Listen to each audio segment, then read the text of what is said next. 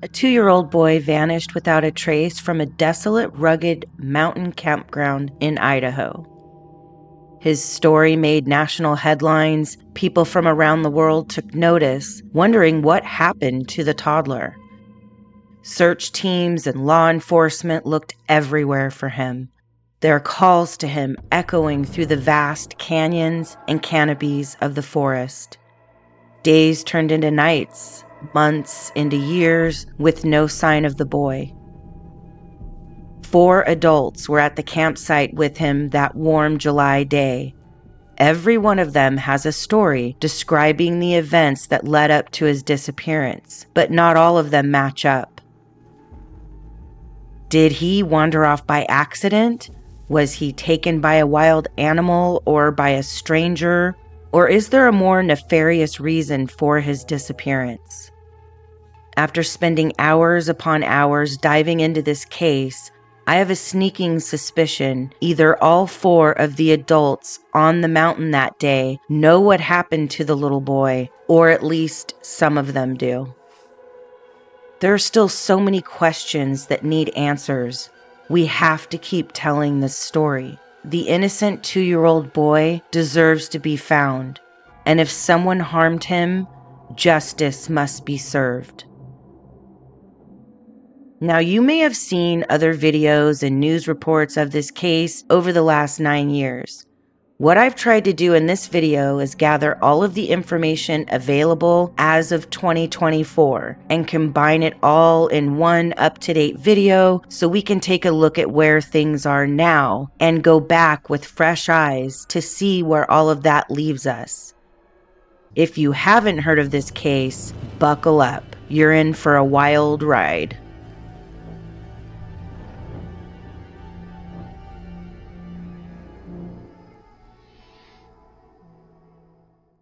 DeOrr Kunz was born December 30th, 2012 in Idaho Falls, Idaho, to Jessica Mitchell and Vernal DeOrr Kunz. He was an adorable blonde-haired boy with big brown eyes and full of energy, described as easygoing and well-behaved. He loved playing with Matchbox cars and never went anywhere without his stuffed monkey and favorite blanket. He also loved wearing his cowboy boots, even though they were a couple sizes too big for him. Unless little DeOrr is ever found, he will forever be this adorable little toddler. If he's still alive, he would be 12 years old now.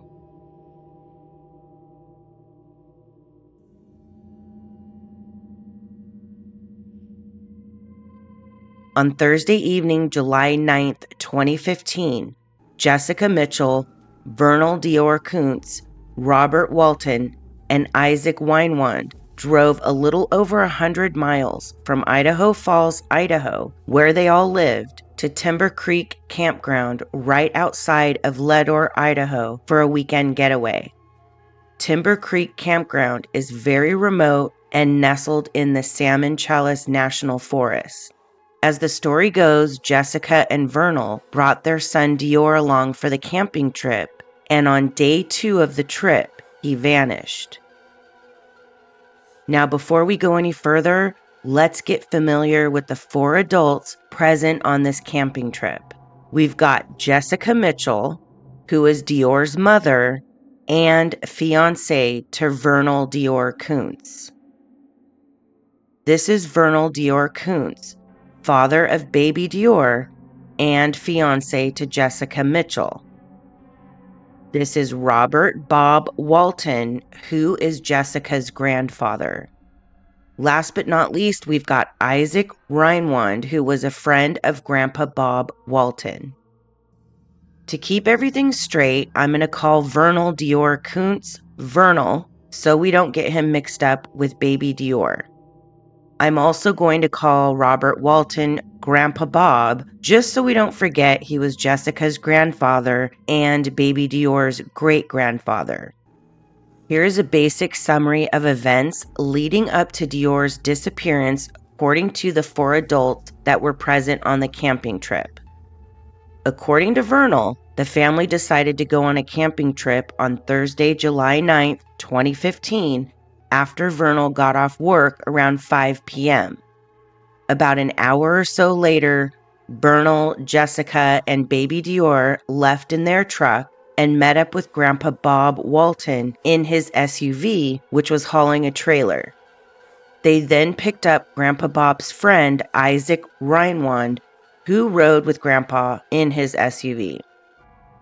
The group drove about 116 miles to Leadore, Idaho, where they stopped at the Silver Dollar restaurant to grab some snacks and supplies, but it was closed. So they ended up finding a convenience store, grabbed what they needed, and continued to the campground. They drove an additional 10 miles west on a one-way in, one-way out, rocky dirt road. Now, it can take about 45 minutes to an hour just to traverse that road to Timber Creek Campground. According to Vernal and Jessica, they pulled into the campground around quote-unquote dark. Now, sunset in Leadore on that day was at 9:20 p.m., so it's safe to assume they arrived anytime after 9:30 p.m. They set up their campsite and went to bed. Jessica, Vernal, and Baby DeOrr slept in Grandpa Bob's truck. Isaac slept in a tent, and Grandpa Bob slept in his camper. The next morning, they all had breakfast, and between 10:30 and 11 a.m., Jessica asked Vernal to take her into town for feminine products. Vernal, Jessica, and Baby DeOrr made the trek into town and went to the stage stop, where Vernal asked a clerk if they sold diesel. The clerk said no, so they tried a place 2 doors down with no luck. They finally found some diesel at a place called Peterson Metal Products, fueled up there, and then went back to Stage Stop to grab feminine products and snacks. 12:38 p.m., Jessica sends a text to her mom saying they're leaving Leadore to return to the campground. According to Jessica and Vernal, they get back to the campsite around 1 p.m. After arriving back at the campsite, Jessica, Vernal, and Isaac decide to go fishing in a creek. It's about 50 feet away from the campsite down a small hill. You can hear the creek running while sitting at the campsite, but you can't see it. Jessica says she asked her Grandpa Bob to watch Baby DeOrr while they went fishing. As they walked towards the creek, Jessica says she looked back to make sure Baby DeOrr wasn't following them. Vernal and Jessica stayed together, and Isaac went quite a ways upstream to fish. Not too long after, Vernal said he saw some minnows he thought Baby DeOrr would like to see, so he went back to camp to get him. When he gets back to camp, he looks for Baby DeOrr and can't find him anywhere. He runs to get Jessica. They look for Baby DeOrr for about an hour and then decide to call 911. Vernal noticed he had only 1 bar of service on his phone, so he drove about a half mile down the road to see if he could get better service. Meanwhile, Jessica stays back at camp, calls 911, and gets through right away. Her call is received by dispatch around 2:30 p.m.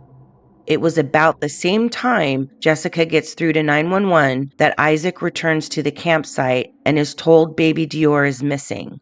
What's the address of your emergency? I'm actually camping in Leadore, just outside of Leadore. Uh-huh. My 2-year-old son, we can't find him. How long has he been missing? About an hour. An hour? Yeah. Are you by water? Yes. Do you know which campground you're in? It's Stone Reservoir, Timber Creek. Stone Reservoir? Yeah, or Timber Creek. Hold on.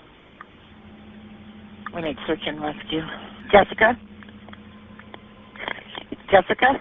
Yeah. What's your son's name? Okay. What is he wearing? He was wearing cowboy boots, a blue, pair, like pajama pants, and a camel jacket. And he's got shaggy blonde hair. Is your husband calling too? Like, all down where we were camping at, and we can't find him at all. Okay, we need you to stay within cell service. We've got people going on the way. Thank you. Search and rescue teams arrive at the campsite around 3:45 or 4 p.m. About the time searchers arrive, Jessica claims to see Isaac carrying a muddy shovel. She also claims that the shovel had a blonde hair on the tip of it, but when Jessica tries to collect the hair, the wind blows it away. The story about the shovel is only mentioned by Jessica once in a more recent interview and has never been corroborated or verified by law enforcement. Been used recently. Like, it was kind of muddy, and at the very tip of it, there was a blonde hair that was like the same color as little man's. When the cops asked Isaac about it, they took him away from the campground, asked him questions, and he came back and he ran his hands up and down the shovel.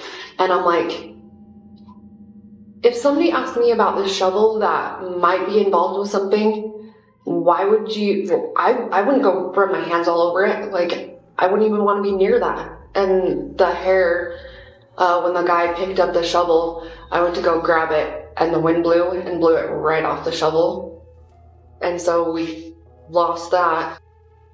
Soon the camp was filled with volunteers combing the area around the campsite. By July 12th, 2 days after Baby DeOrr went missing, over 200 people were at the campsite. They were searching on foot, horseback, ATV, and helicopter. Later, drones and dogs were brought in to join the search. Not a trace of DeOrr was ever found at the campsite or the surrounding areas. Not a scrap of clothing, a boot, blood, nothing. Now, it's been reported that cadaver dogs have hit on a few spots, but they were not related to DeOrr.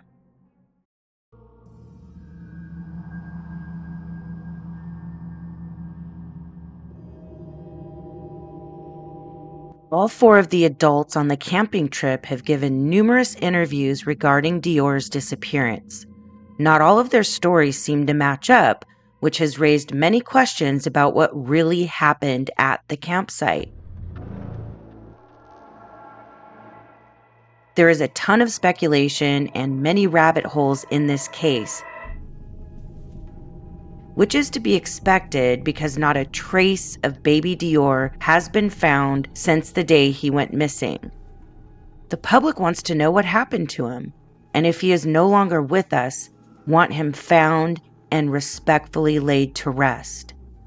The public, in my opinion, has a pretty good BS meter. Something just doesn't sit right in this case with most people. So in seeking answers, theories, questions, and speculation are common. I personally don't see anything wrong with any of that. A 2-year-old baby vanished without a trace. That is terrifying. So the public has a right to talk about it and demand answers.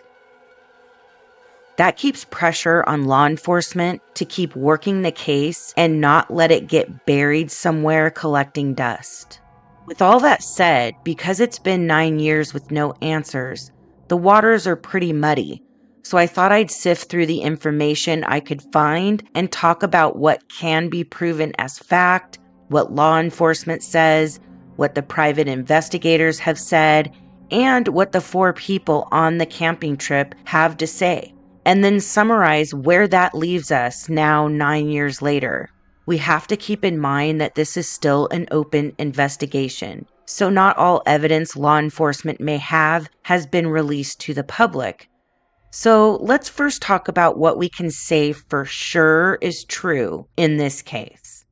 Jessica, Vernal, Grandpa Bob, and Isaac were camping at Timber Creek Campground for sure on Friday, July 10th, 2015. How do we know this for sure? Because law enforcement, along with search and rescue teams, physically came in contact with the 4 adults at the campsite that Friday afternoon during their search for Baby DeOrr. That information has been released to the public.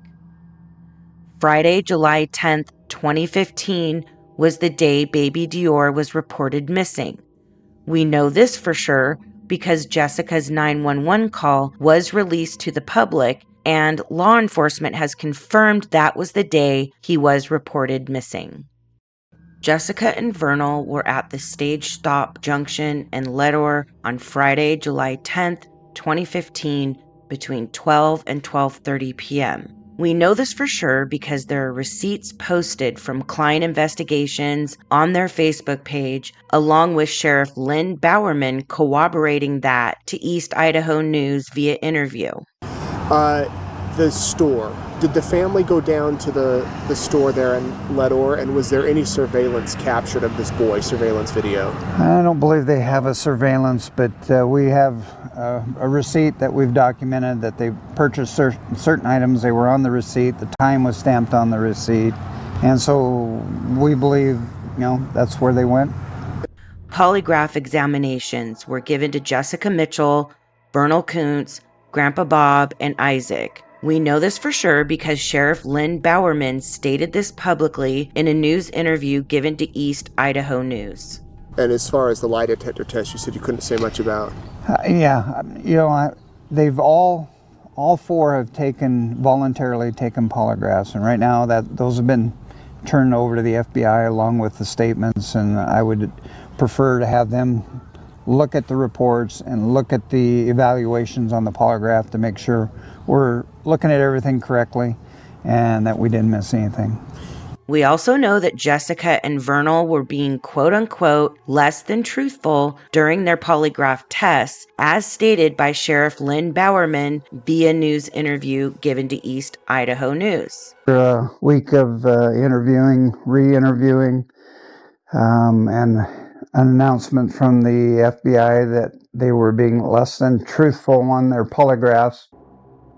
Now, this may be stating the obvious, but just to keep in line with what we absolutely know for sure, in 9 years of search efforts, no trace of missing Baby DeOrr has been found in or around Timber Creek Campground or the surrounding areas.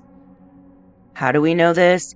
Law enforcement has publicly stated this via news interviews, and as of the date of this video, there has been no public announcement that Baby DeOrr or any trace of him has been found.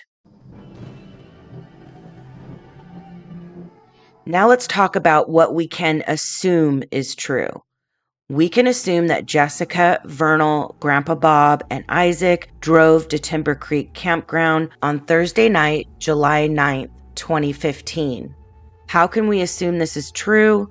Sheriff Lynn Bowerman states this in an interview given to East Idaho News, along with Jessica's mother, Trina Clegg. Go back to the beginning. Can you kind of give us a timeline as to when the family arrived and what proceeded? Well, the family, from what I understand, that we learned during the investigation, arrived the evening prior to July 10th, sometime fairly close to dark on Thursday, July 9th. So for those of you kind of trying to piece together the timeline, they got up there really late Thursday. Early Friday, maybe like midnight-ish. It was dark, they go to bed. So the sheriff is saying they arrived right after dark, and in the clip with Jessica's mother, Trina Clegg, the interview is saying after midnight, possibly into the morning hours, and Trina is nodding her head in agreement. The discrepancy in arrival times goes to show there doesn't seem to be any hard evidence, such as CCTV footage or receipts that show when they definitively arrived at the campground. But the sheriff seems pretty convinced they arrived sometime Thursday night. Now, he may have more evidence proving that, but that seems to be the prevailing story between law enforcement and all parties involved. So I think it's safe to assume that they did arrive Thursday night, July 9th, 2015, in the evening hours. So let's recap on what we know so far to be solid facts in this case. Jessica, Vernal, Grandpa Bob, and Isaac were camping at Timber Creek Campground on Friday, July 10th, 2015. Jessica and Vernal were at Stage Stop Junction Friday, July 10th, 2015, between the hours of 12 and 12:30 p.m. Friday, July 10th was the day Baby DeOrr was reported missing from Timber Creek Campground via 911 call from Jessica. Side note, it's stated that Vernal called 911 as well, but his call has not been released, so I'm basing this fact on Jessica's call since we heard it for ourselves. Polygraph tests were given to Jessica, Vernal, Grandpa Bob, and Isaac. We don't know the results of Grandpa Bob and Isaac's tests, but we do know Jessica and Vernal were found to be, quote-unquote, less than truthful, according to Sheriff Lynn Bowerman. And as of the date of this video, Baby DeOrr is still missing, and no trace of him has been found.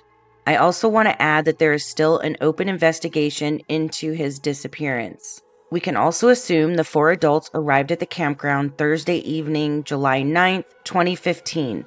Even though the public hasn't been privy to any hard evidence, if there is any, we're going to go off the statements of Sheriff Bowerman on this one. To add to these facts we know to be true, I also want to point out the vehicles at the campsite were Grandpa Bob's SUV, his camping trailer, and Vernal's truck. Grandpa's SUV and Vernal's truck would have been their only methods of transportation. Isaac rode with Grandpa Bob, so he would have been dependent on Vernal, Jessica, or Grandpa if he needed to leave the campsite for any reason. Now let's talk about the gray areas and inconsistencies in this case and hear from the 4 adults on the camping trip and others involved in this case. A gray area that many have questioned is this: was Baby DeOrr even with the 4 adults on this camping trip? All 4 adults have stated he was there. Both sheriffs think he was there, but haven't produced any solid proof. There's no CCTV footage of Baby DeOrr in town or at any of the businesses visited by Jessica and Vernal, so it makes sense people would question if he was even with them on the trip. Let's see what those involved with the case have to say about it. Is there ever any doubt in your mind, because this has come up, that DeOrr was up there? Absolutely not. I have personally, because in the beginning there was so much stuff that was going on that, I had everyone trying to convince me that he never made it up there. And I went over to Isaac's house and I knocked on the door, and he and I sat and had a conversation, just the 2 of us. And I said, Isaac, you have to tell me, was the baby up there? And Isaac told me to face, yes, Baby DeOrr was up there. Okay, when was the last place you seen him? And he's like, well, around the campfire that morning. And then when they come back from the store, he was there. So I know 100% that he was up there. He came back from the store in Ledor with them. And so I know 100% in my heart that he was up there. And even after the store, he was in the campground. What was your impression of him that you can remember the last time seeing him? That he was, having fun. Just like I said, he was just like a normal DeOrr, having fun, doing his thing, looking at different, exploring, looking at different things, Can you say 100% for sure Baby DeOrr was up there? Yes, I can tell you that much, that he was up there. He said, I don't even know if DeOrr was up there at that campground. Eventually I'll be able to prove a lot of these theories wrong, but... What do you mean by that? That's just a theory that is wrong. And at any point, was there any sign of Baby DeOrr? No. So some might say, was he even up there to begin with? A lot of people think that he wasn't. What do you think? I think he was, from everything we've been able to put together, timeline. There's nothing that says that he wasn't. I'm 99% sure he's probably deceased. Jane Holmes worked with Private Eye Philip Klein. She's about to drop another theory that could change the entire story.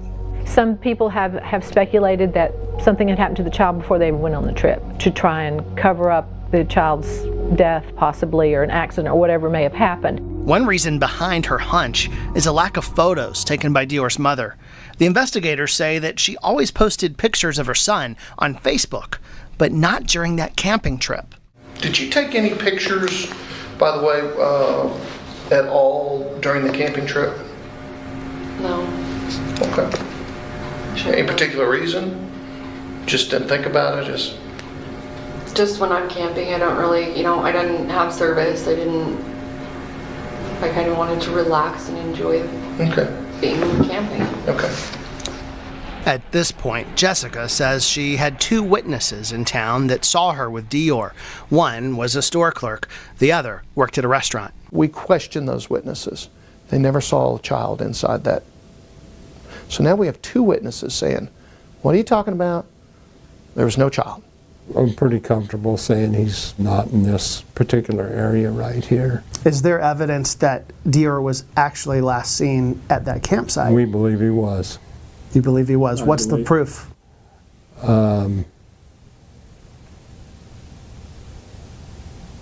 It's just the various timelines, the testimony that we've collected. Testimony, but there's no physical proof, no photos. Correct. So it's the official belief of the Sheriff's Department that he was up there. Yes. Are you investigating any chances that maybe he wasn't? Yes. And you've looked at all of the evidence. You've done an investigation. What do you think happened here? What I think happened was, I think we have the child that possibly, and I'm going to say that word possibly, because we don't have anybody that has seen that child from the night before. We have two family members that have both lied on not only their polygraph tests, but on their witness statements. You're talking about mom and dad. We believe what has happened. Yes, mom and dad have both told us. Now we're up to 6 stories on dad and 4 stories on mom. So basically what we have is we have 2 parents that say they brought their child up to this mountain on a camping trip when we don't have any evidence that child made it up there on that camping trip. Let's dissect the clips we just watched for a minute before we move on to more of the inconsistencies in this case. Jessica's mother, Tina Clegg's proof that Baby DeOrr was on the camping trip is that Isaac told her he was, and that she knows in her heart he was there. I was a bit shocked when she referenced Isaac instead of her own daughter, Jessica. Whether Isaac swore to her Baby DeOrr was there, or she felt it in her heart, either way, none of that is evidence we can go off of to prove he was up there. As a side, I do feel horrible for Trina. What a nightmare of a place to find herself in. Her grandson is missing. She's caught in the middle of a national media storm, and her daughter is failing polygraph tests. Then we have Isaac stating Baby DeOrr was at the camping trip. Now, it's been said that Isaac is the only one out of the 4 who has been consistent with his story. But I noticed something at the very end of the clip that gave me a little pause. Notice he looks to the side for a split second after he says, yes, I can tell you that much, that he was up there. Yes, I can tell you that much, that he was up there.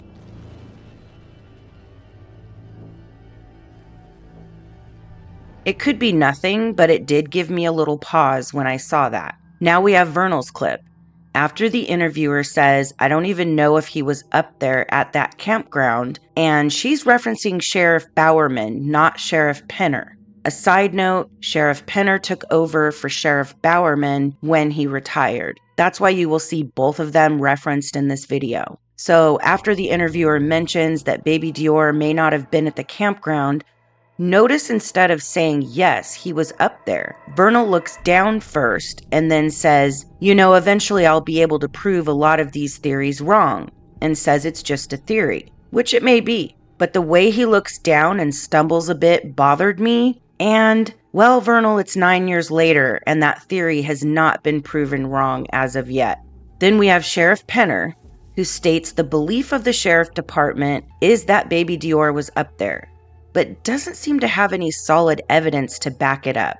Then we have the private investigator, Philip Klein, saying he didn't find any evidence Baby DeOrr was up there, and you add that with the fact that Jessica evidently posted photos of Baby DeOrr to Facebook often, but didn't take one photo of Baby DeOrr that weekend. And I don't know, it really makes me wonder if something didn't happen to him before, and the camping trip created the perfect cover-up. I don't think that theory is too far-fetched.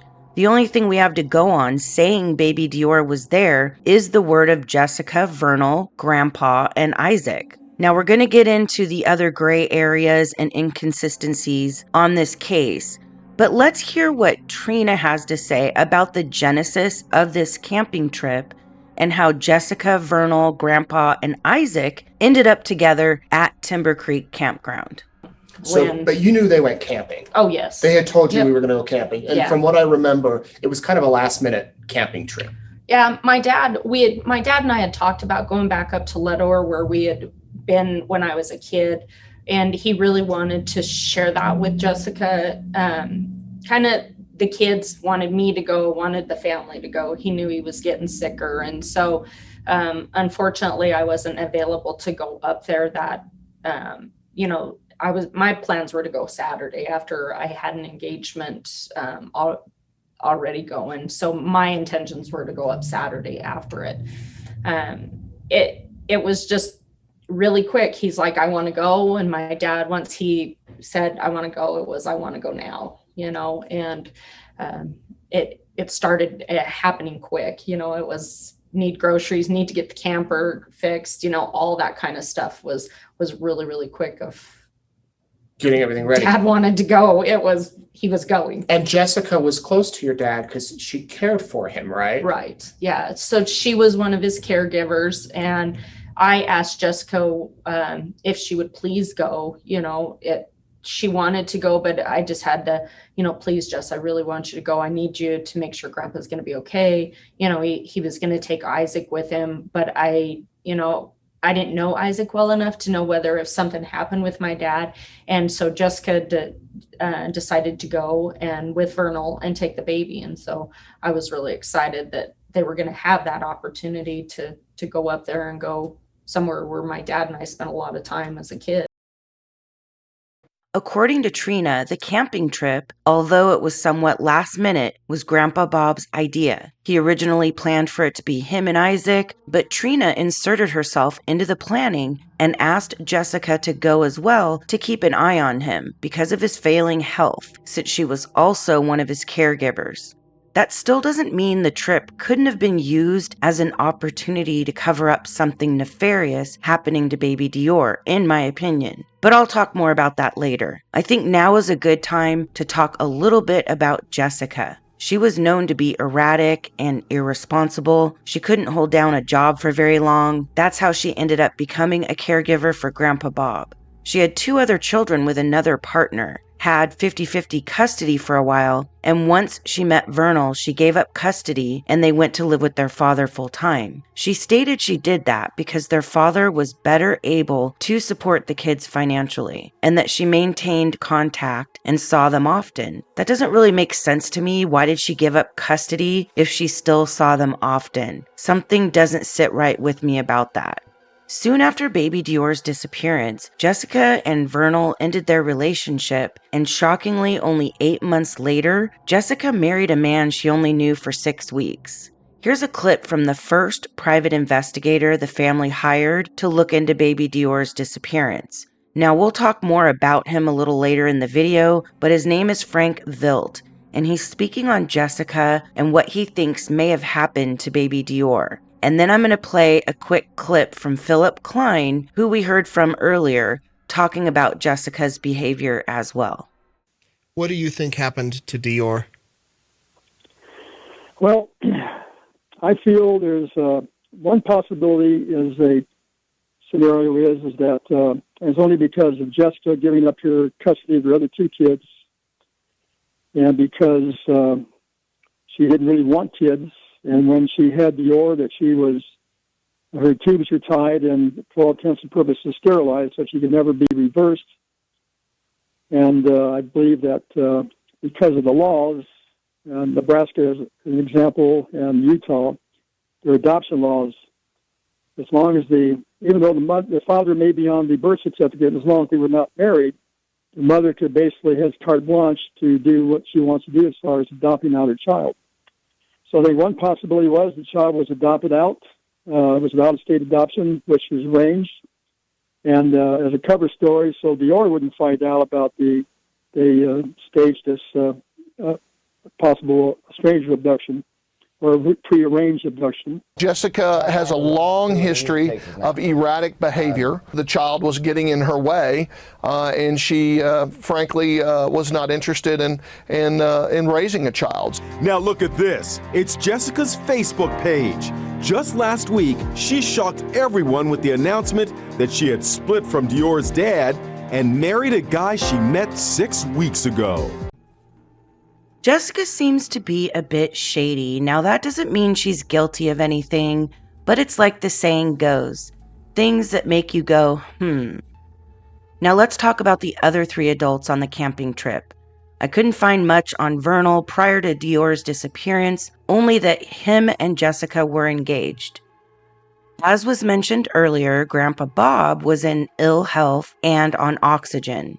And it's been said Isaac seems to be a little slow or possibly on the spectrum. He did have a prior conviction for domestic battery. There are conflicting reports as to whether the original charge was more serious and was pled down. He apparently lived close to Grandpa Bob and helped him with yard work and other tasks, and that's how they became friends. They weren't really close, just casual acquaintances. The family hired 2 different private investigators to help in the search for Baby DeOrr.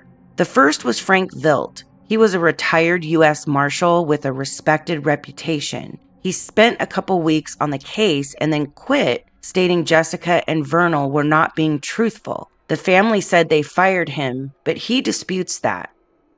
Not only did the 2 private investigators come to similar conclusions that Jessica and Vernal were not being truthful, Sheriff Lynn Bowerman named them as suspects in Baby DeOrr's disappearance about 6 months later, in January of 2016. Vernal and Jessica are suspects in their child's disappearance. After a week of re-interviewing, and an announcement from the FBI that they were being less than truthful on their polygraphs, and a lot of irregularities and discrepancies in their interviews, I felt it was necessary to come forward and say that the parents are being less than truthful. Inconsistencies in their stories aren't boding well for Jessica and Vernal. They have now been named suspects in DeOrr's disappearance from law enforcement, and 2 private investigators have come to the conclusion that they're not being truthful.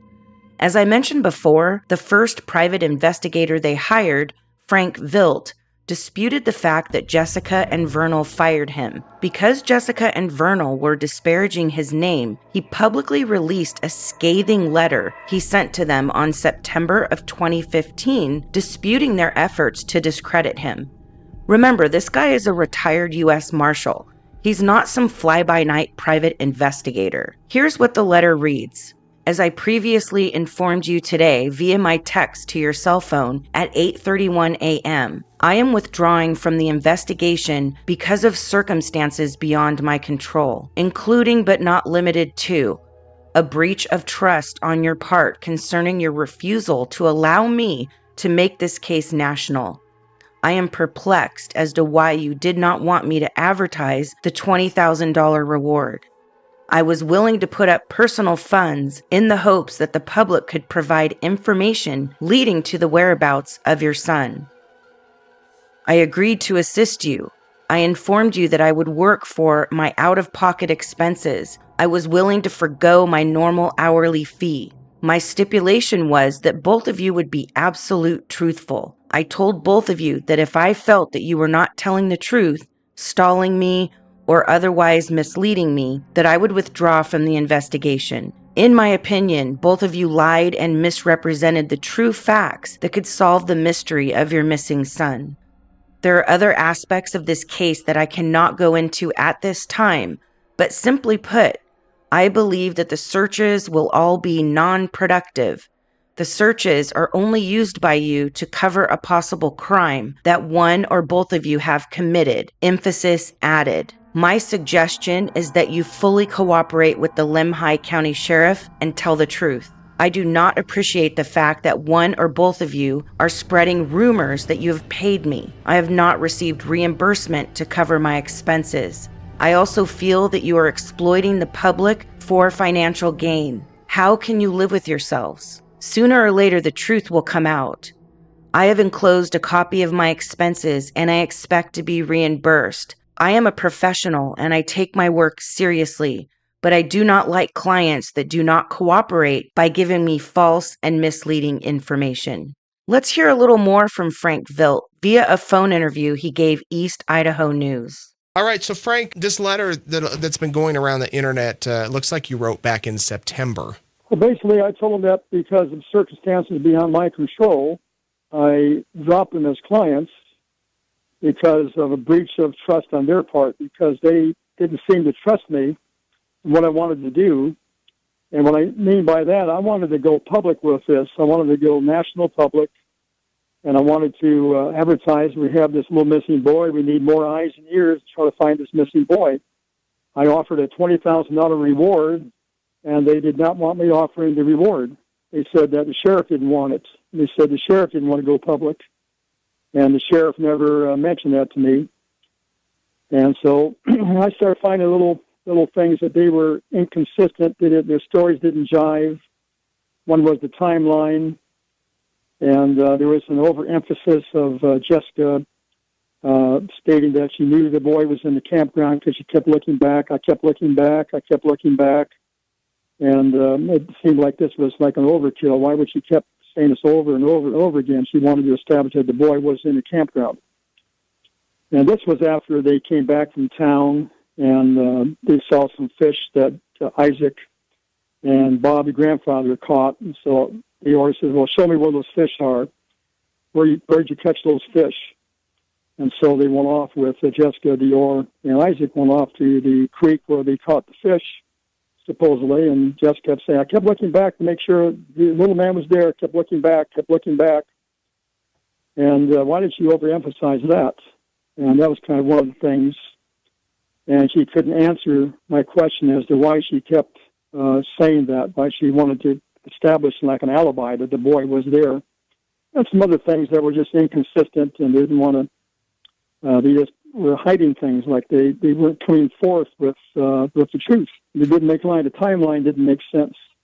When the news came out earlier this week that the sheriff is naming them as suspects, were you surprised? No, I wasn't surprised at all. And a lot of reasons for that is because the sheriff's not going to just make wild accusations. They're not going to do anything until you have some evidence.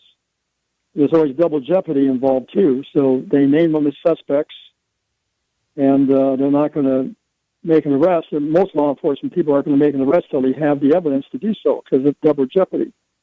Because you don't want to make an arrest and then the charges are dismissed with prejudice, so they want to avoid that. So that when they know that they have suspects, they have some good concrete evidence, and they're going to name them as suspects and move them up from persons of interest, and that's what they did in this case.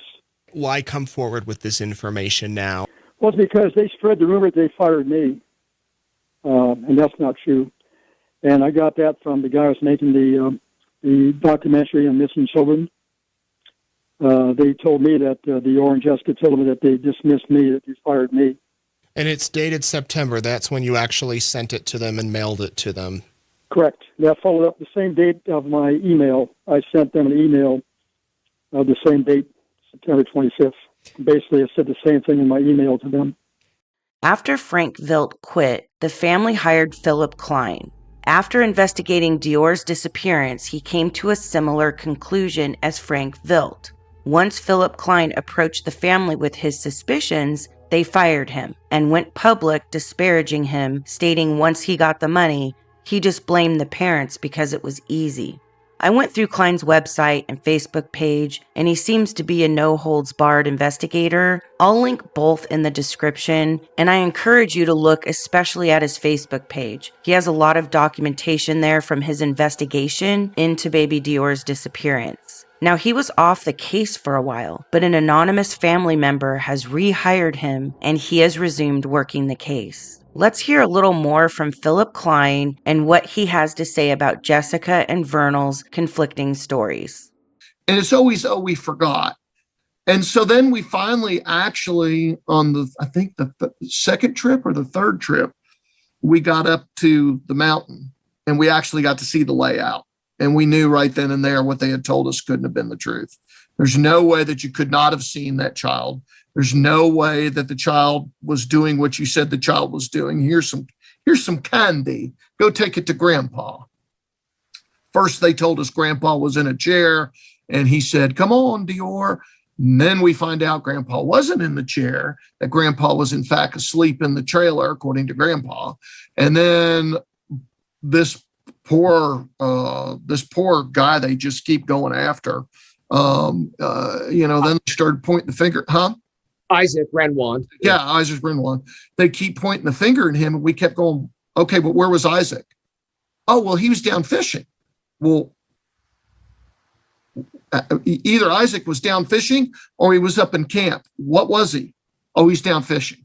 Oh, no, wait, he was up in camp. Oh, no, wait, he was asleep in his tent. Oh, no, wait. Well, we really don't know. Well, we don't know. Well, what was he carrying? All the way down to what are you carrying?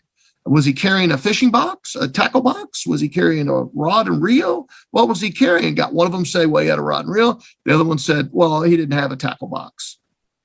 And it's the little things that kept bothering us until finally we just called this family meeting. I think it was in March, and we sat everybody down and we said, Vernal, the first thing we can tell you is, of course, the games begin. Alan Brownie's floating around in this restaurant at this hotel, trying to listen in on the conversation, and it's so unprofessional. Alan Browning is the attorney that was the attorney for Vernal, and then finally we said, Vernal, we believe you need to probably hire legal counsel because everything you've told us we can't prove up, and until we prove something up, we can't get a good timeline or know where this child went. We've got to know where the child went, guys. And Jessica was already starting to bail out on all of this. Vernal in that meeting, in different ways that you can do it, called Jessica a liar. Could Jessica have been involved? Yes, she could have been involved. And in the middle of all this, we're reporting to law enforcement directly after the meeting. Oh my God, we got a problem. What the hell's going on up here? They immediately called Jessica back in to the police station, and they do a 6 or 7 hour interview with her, and they just drill her. And I watched a little bit of it. I can tell you, I don't think I could have made it through that. I mean, the FBI guys really did a great job. And she almost gave in, and then Trina shows up and Vernal shows up. And because they knew what was going to, I think Jessica was fixing to tell the story, whatever that story is. And she leaves with Vernal. They get in the car, they take off, and they leave. Obviously, it looked like a mass exodus after a football game. All these undercover cars following them around. I guess they didn't know they were being watched. They go over to a sex shop and buy a thing called Clone My Winky and sex toys. And they proceed back to their apartment. Now, to the average person out there, that's weird, right? To investigators, after you've interrogated someone for 7-8 hours, is that something you would do normally? And at that point, we started taking a good hard look at Vernal and Jessica. At that point, Alan Browning then stepped in, told us we were fired, said he was going to sue us for making defamatory statements, which eventually he did sue us. He sued us twice. The first one, Jessica bailed out, so they had to drop it. The second one, they sued us. We almost got to discovery. I mean, we were this close to putting them both on the box. We're going to take their depositions. We were this close. And the judge came in and goes, hold on, everybody. Everything Klein has said in public, everything Klein has said is the same thing the cops are saying. The lawsuit filed against Klein by Vernal for breach of contract, infliction of emotional distress, libel, slander, and fraud was dismissed by a judge.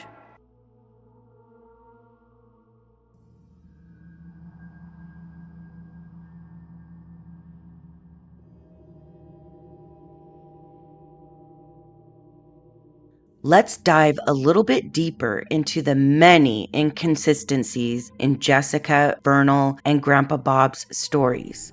I am going to highlight only a few. This video would be hours upon hours long if I covered them all. I'm going to link sources in the description where you can go and find even more nuggets of information on this case. There are two sources who have done an outstanding job compiling details in one place and make it easy for you to go down the rabbit hole.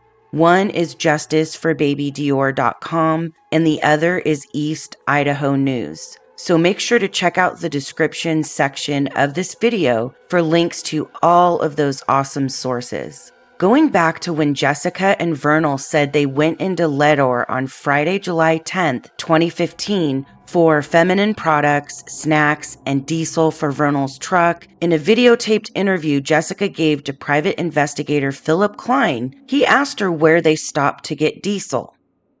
The only place in town that had diesel was 2 buildings down at it looked like a closed down gas station, and that he needed to go over and prepay across the street at the Clover Creek Motel.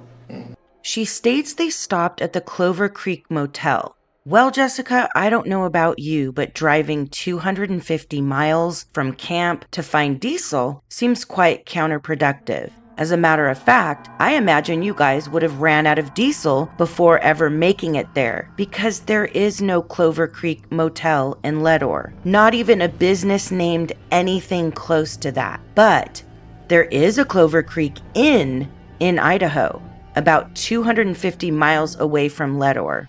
In my opinion, the name Clover Creek Motel wouldn't just come to mind like that unless you've been to a Clover Creek Motel before. She had probably been to the Clover Creek Inn before, and in searching for a name of something to back up her shady story, that's the name she blurted out. Again, just my opinion.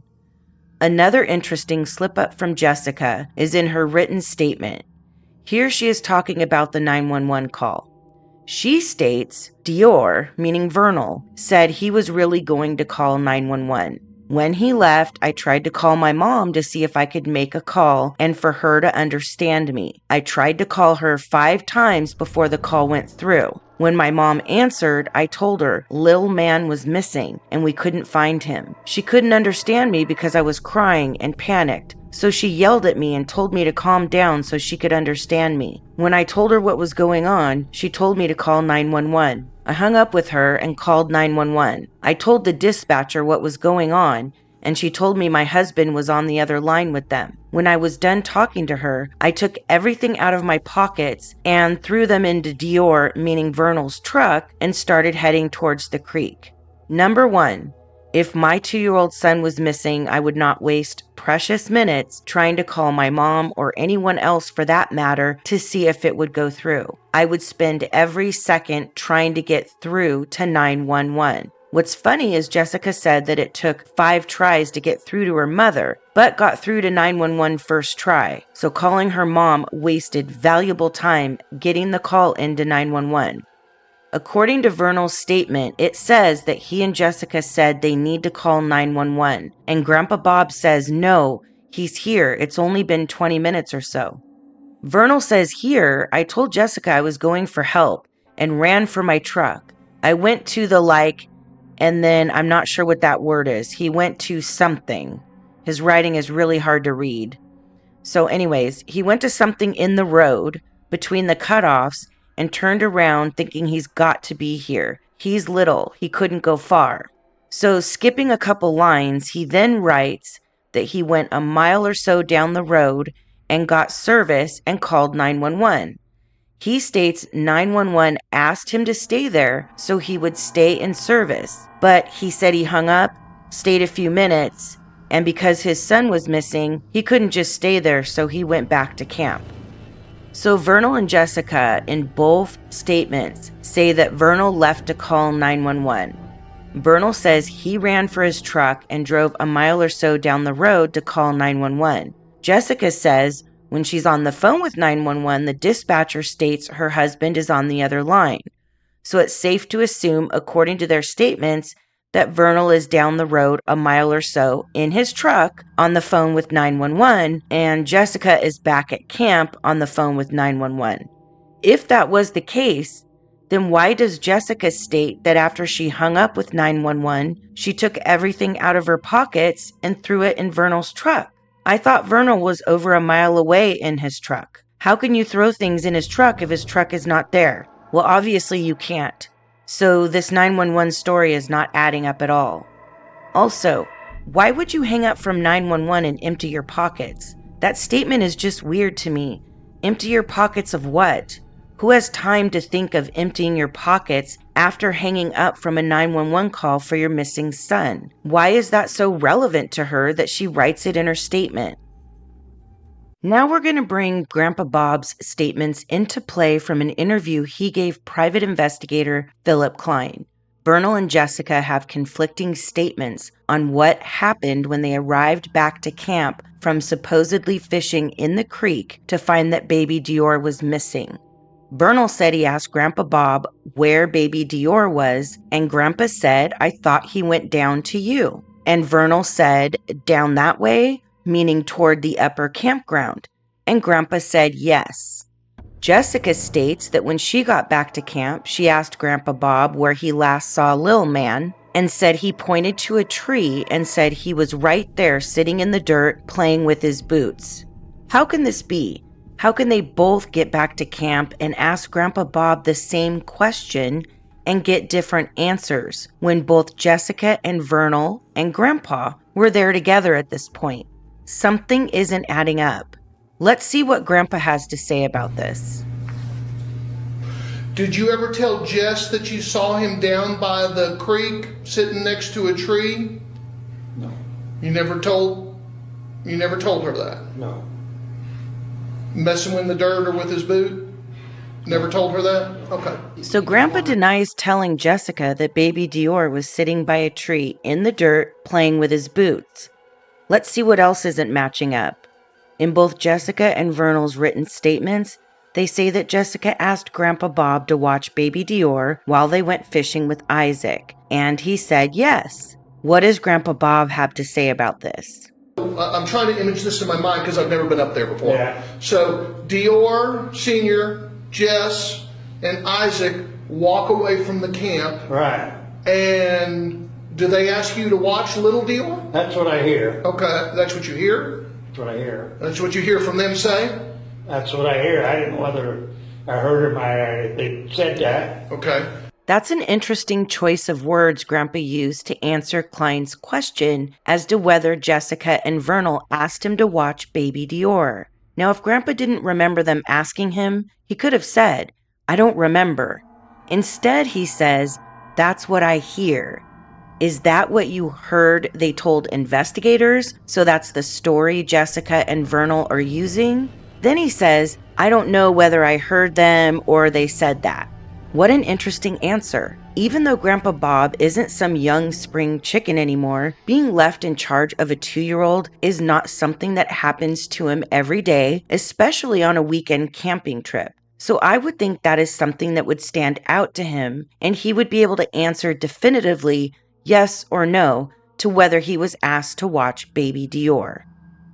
There are a few more eerie statements Grandpa makes that I would say go under the category things that make you go, Well, we all probably got a different story.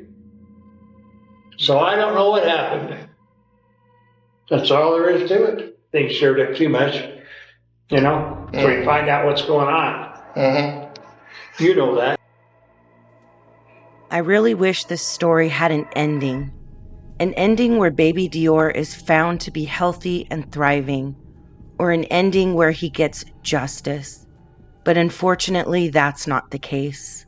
I firmly believe someone on that camping trip, or all of them, knows something more. It's been said by both Sheriff Bowerman and Sheriff Penner that it's very unlikely Baby DeOrr was abducted. Due to the location of the campsite, if someone abducted Baby DeOrr, they would have been seen or heard, and it would have been risky, as there is only one way in and one way out. Not to mention, there wasn't anyone camping near them on that weekend. Child abductions most times are a crime of opportunity, so that doesn't make any sense. It's not like they were in some crowded campground where someone could grab Baby DeOrr with no one noticing. Both sheriffs have also stated the predator theory is unlikely as well. The area they were camping in was pretty open. If a predator were to have entered the camp, someone would have most likely noticed, and if Baby DeOrr would have been grabbed, there's a high chance he would have screamed or cried. There probably would have been blood evidence or scraps of clothing. His boots that are 3 sizes too big would have probably fallen off. So to me, and this is just my opinion, that leaves us with Jessica and Vernal. Or just Jessica, knowing what happened to Baby DeOrr. Maybe this whole trip was a cover for something nefarious that happened to Baby DeOrr. Or maybe Baby DeOrr was there and something happened to him and Isaac was supposed to be the scapegoat. To this day, Jessica and her mom, Trina, blame Isaac. I personally don't think Isaac did anything. Either he was threatened to say Baby DeOrr was there, or something happened to him while Isaac was off fishing. My gut is telling me Jessica didn't want Baby DeOrr anymore and found a way to get rid of him. That is my opinion only. I'm not stating that as fact. I could be completely wrong. But that is where diving into this case led me. I think law enforcement knows a lot more than they can say, but because they don't have a body, it would be too risky to move forward with an arrest. They went so far as to name Jessica and Vernal as suspects, but have probably been hoping more will come out or Baby DeOrr's remains will be found. I'm disgusted if Jessica and Vernal know where their son's body is and go to sleep every night, leaving the public to worry and wonder what happened to this innocent, beautiful baby boy. That's why we can't let this case rest. We need to keep the pressure up until something gives. The truth always eventually comes out. I know it will someday in this case. Wherever you are, sweet Baby DeOrr, I pray you will be found. Until then, we will be your voice, and we will not give up our fight for answers.